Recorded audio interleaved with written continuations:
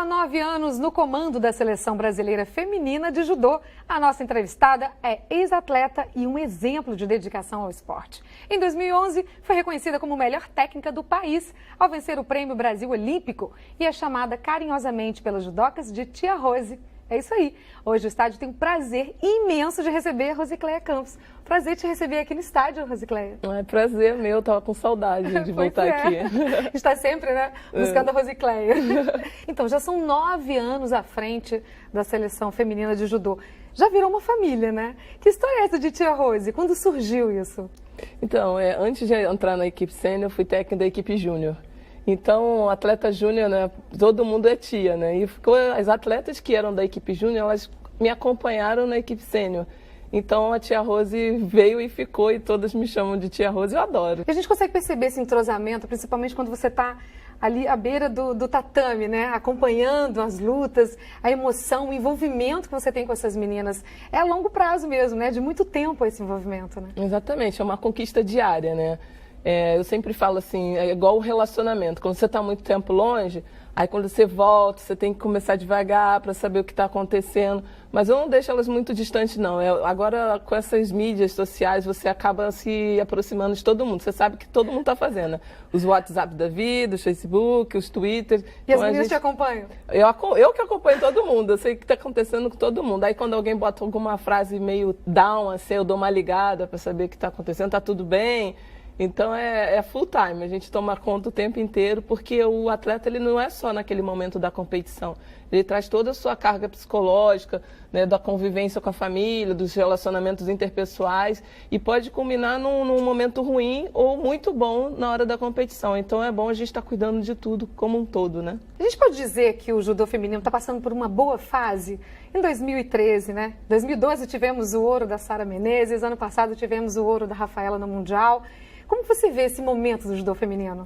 Eu vejo que foi uma construção, né? Isso foi um trabalho muito sério, um planejamento que nós fizemos lá em 2005, quando a gente virou 2006, eu e o Ney, né, enquanto coordenador da Confederação Brasileira de Judô, nós pensamos, vamos fazer um planejamento a curto, médio e longo prazo. E a longo prazo era exatamente isso, na Olimpíada de Londres, né? Porque a curto prazo eram os Jogos Pan-Americanos no Rio de Janeiro, que a gente falava que ia conquistar 7 medalhas, as pessoas achavam que não, imagina, o judô feminino, conquistamos 7 medalhas. Em 2008, a Kathleen conquistou a primeira medalha olímpica individual, né, do esporte individual, só depois a Malrin e a Natália Falavinha, que conseguiram. E aí, em 2009, a gente teve um bom campeonato mundial, não tivemos medalhas. Em 2010, já conquistamos alguns campeonatos, algumas medalhas no mundial. Então, isso foi uma construção, que culminou no máximo, que é uma medalha olímpica de ouro da Sara. Então, nada foi por acaso. Foi muito planejamento, muito empenho, muita dedicação. Você acredita que esse ouro da Sara Menezes abriu portas para as meninas? Incentiva mais ainda o esporte? Eu acho que não só para o judô feminino, não. Acho que para o judô, para o país, né? Quando o atleta conquista a medalha de ouro, não é o atleta sozinho. O país conquista junto, a cidade conquista junto. São trabalhos de várias mãos, né? A gente tem uma equipe multidisciplinar. Então é muita gente trabalhando nos bastidores para a Sarinha chegar lá, o Expedito, que é o técnico dela lá em Teresina. Então são várias mãos naquela medalhinha ali, cada um tem um pedacinho. Vocês da imprensa, que vocês torcem, sofrem junto com a gente, isso é muito legal. E o esporte é isso, né? Momentos bons, momentos ruins. Você esteve presente ao lado da Rafaela Silva em 2012, vivenciou tudo, né? Junto com ela. Foi um momento muito difícil para ela. O que representou esse ouro dela ano passado no Mundial? Aqui no Rio de Janeiro. Foi uma lavagem na alma, né? Nossa, ela sofreu muito lá em Londres, né? Não só com a derrota, sendo massacrada pelas mídias sociais como ela foi, né? Vítima de preconceito. Nossa, falando assim, você tinha que voltar pro Brasil numa jaula, o país tem vergonha de você, sua macaca. A gente tem vergonha disso. Nossa, eu me envergonhei muito, por isso que eu falei que o brasileiro é ignorante no sentido de ignorar o esporte, não de uma pessoa ignorante. Quando a gente não tem conhecimento é porque a gente ignora aquilo. Então, eu acho que a gente precisa ter essa cultura. É uma grande preocupação minha em termos das Olimpíadas aqui, do brasileiro não ter essa cultura a cultura só do futebol, porque é um esporte de fácil entendimento, a bola entrou e grita gol. E judô é um esporte mais complexo, então a gente precisa entender um pouco mais dos esportes, porque nós estaremos sediando uma Olimpíada. Então, tem que ter a forma educada de lidar com o resultado negativo dentro de um estádio. Ajudar o atleta a lidar com esse momento também, né? Exatamente. O torcer com educação, sabe? Eu acho que isso é muito importante. E ela deu essa moeda de volta, sabe? Sendo campeã mundial no Rio de Janeiro. Primeira medalhista mundial do Brasil, que a gente não tem medalha de ouro.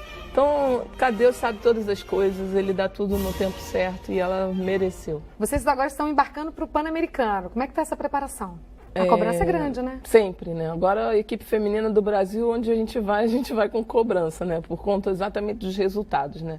Isso é bom, a gente tem que lidar com essa cobrança, né? Porque no pain, no gain. Então a gente tem que... O Campeonato Pan-Americano é uma competição muito importante, é o nosso objetivo-alvo do primeiro semestre. Não é uma competição fácil, a gente tem nossas amigas cubanas pela frente, como sempre. Durante muitos anos a gente tentou ser o dono das Américas, né? Em 2012, pela primeira vez, nós fomos campeões no geral, porque a gente sempre perdia para Cuba ainda, mesmo com a ascensão do judô feminino. Em relação à estrutura do judô, o judô tem uma boa estrutura, né? Como é que você vê esse intercâmbio de atletas, intercâmbio até mesmo de treinadores, esse investimento do Instituto Olímpico Brasileiro para também treinar e formar mais treinadores? Como você vê esse investimento em se tratando do judô? Então, eu não vou falar perfeito porque nada é perfeito, mas é quase perfeito, né? O judô, a gente tem uma estrutura muito boa, a confederação com seus parceiros, né, privados e junto com o Comitê Olímpico, a gente mantém uma equipe multidisciplinar do preparador físico, psicólogo, fisioterapeuta, nutricionista, toda essa estrutura que o atleta precisa para estar bem ali na hora de competir.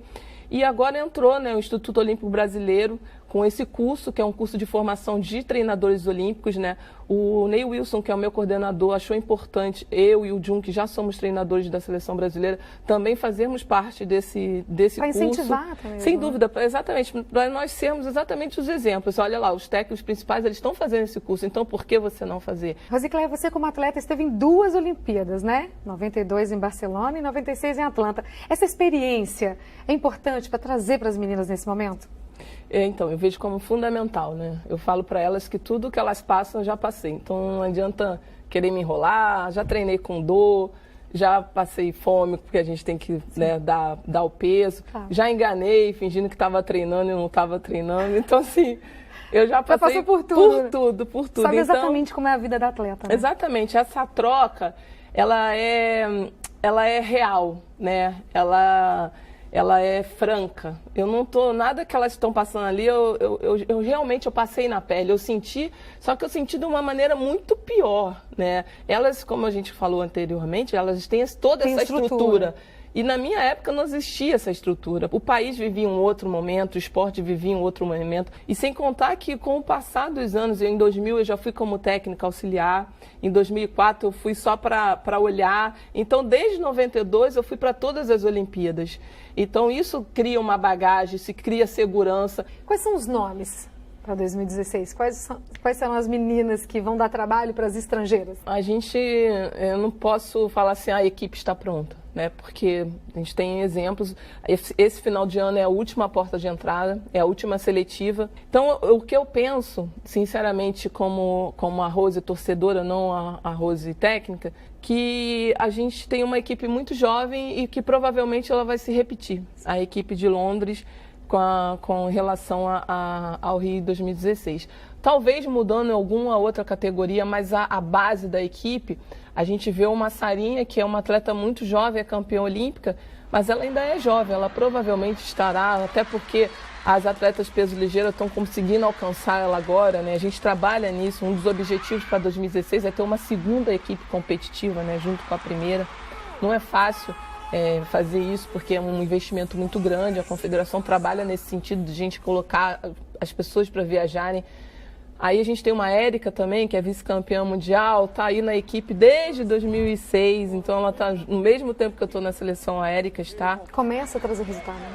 Pois é, é uma construção. A Érica é uma atleta que tem 3 quintos lugares em campeonato mundial, aí só ano passado que ela conseguiu emplacar, né? Assim, finalmente, né? Então agora... né? Exatamente, é esse pensamento do atleta ser... sabe, perseverante, disciplinada, saber o que quer. A gente tem um peso leve aí, que é uma Rafaela, que é uma campeã mundial, com a Kathleen, que é a primeira medalhista olímpica, então é uma briga ferrenha. Assim, se eu pudesse, levava as duas, vamos as duas. Não pode? Não pode, só uma por categoria. E nessa categoria tem gente nova chegando, tem uma Tamires, que é uma atleta do júnior muito forte, tem a Flávia, que ela foi vice-campeã das Olimpíadas Juvenis, então assim, tem muita gente boa chegando, só que o tempo é curto, a gente já está em cima. A própria Mari é muito jovem, é uma atleta uma categoria que a gente ainda não tem uma segunda atleta no nível dela, tem uma atleta Samantha, que acabou de vir da equipe júnior, mas que está em construção. Então eu vejo a probabilidade de mudar, talvez no peso meio médio, que possa mudar a atleta que foi a Mariana Silva, talvez ela se repita, porque ela veio de uma lesão, está se recuperando. Nessa categoria tem a Mariana Barros, Mariana Silva e a Caterine Campos, que é lá do Flamengo, então são 3 atletas lá ali misturados, então uma categoria ou outra que pode mudar ou não. Logo depois da Olimpíada de Londres, a gente se encontrou, batemos um papo, e eu te perguntei quais seriam os projetos futuros, né? Você disse que um dos projetos seria ter um bebê. Pelo visto, foi concretizado 2 vezes, né? Exatamente. Vieram 2. Uma duplinha. O que mudou na vida da Rosicléia? Nossa, muda tudo. As prioridades mudam. Até o rostinho muda quando fala dos bebês. Nossa, meus filhos são uma bênção. E eles já estão aí fazendo um ano, aprontando. Fazendo um ano e fazendo bagunça, né? Bagunça, e bagunçando gente. Sua vida toda também, né? Eu consegui montar uma estrutura boa em casa, eu tenho câmera, então eu passei 21 dias na Europa, mas 20 dias de olho no celular. Mas também quando eu estou é full time, um puxa o cabelo, daqui a pouco o outro sobe, mas é uma delícia, eles são deliciosos. Isso aqui deve ter sido um dos primeiros presentes do kimono, né? Se eles quiserem seguir essa carreira. Não, se não. Vão seguir? Eles vão fazer judô, vai ser obrigatório. Não. Nem que seja como base. Exatamente, não acho que se eles serão atletas, eu acho que é uma consequência. Mas por que eles vão fazer judô? Porque judô é um esporte disciplinador, é um esporte que tem toda uma filosofia, e eu faço questão que eles façam judô para eles vivenciarem isso. O que é respeitar o próximo, você ter que cumprimentar independente se você ganhou ou se perdeu. A primeira coisa que você aprende no judô é cair. Então quando eles estão em pé, eles vão saber que eles sabem cair, vão estar sempre prontos a levantar. Então, o judô é uma filosofia para a vida. Eu faço questão que os meus filhos façam judô e que eles vão ter que chegar na faixa preta. Depois que eles vão querer ser, eu saía com eles. Mas vão fazer judô. Faixa preta. Faixa preta. Aí depois decide se quer continuar. Depois decide. Aí se quiser fazer algum esporte paralelo, eu deixo. Mas judô vou fazer. Judô é primeiro. Com certeza. Rosicléia, muito obrigada por esse bate-papo delicioso com você aqui. Um prazer imenso te receber sempre aqui no estádio. E boa sorte com os bebês, com a carreira e com um monte de competição que vem por aí, né? Obrigada. Estou muito feliz de estar aqui. Também é sempre um prazer. Eu já estava com saudade do estádio, fazia tempo que eu não vinha. E pode chamar que eu vou ter sempre história para contar. Obrigada para vocês.